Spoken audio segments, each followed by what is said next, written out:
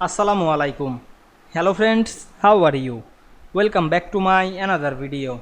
In this video, I am going to show you how to center text horizontally and vertically in Microsoft Excel. Let's get started.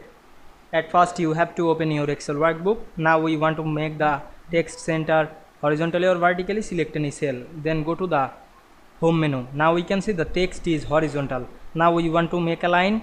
Select the center or the middle. Now we want to make the line vertically. Select the text orientation option and choose the text vertical. Then you can align this left, right or center or middle. Now we can see we center text horizontally and vertically very easily. I hope you enjoyed my video. Please like, comment, share and subscribe my channel. Thanks for watching.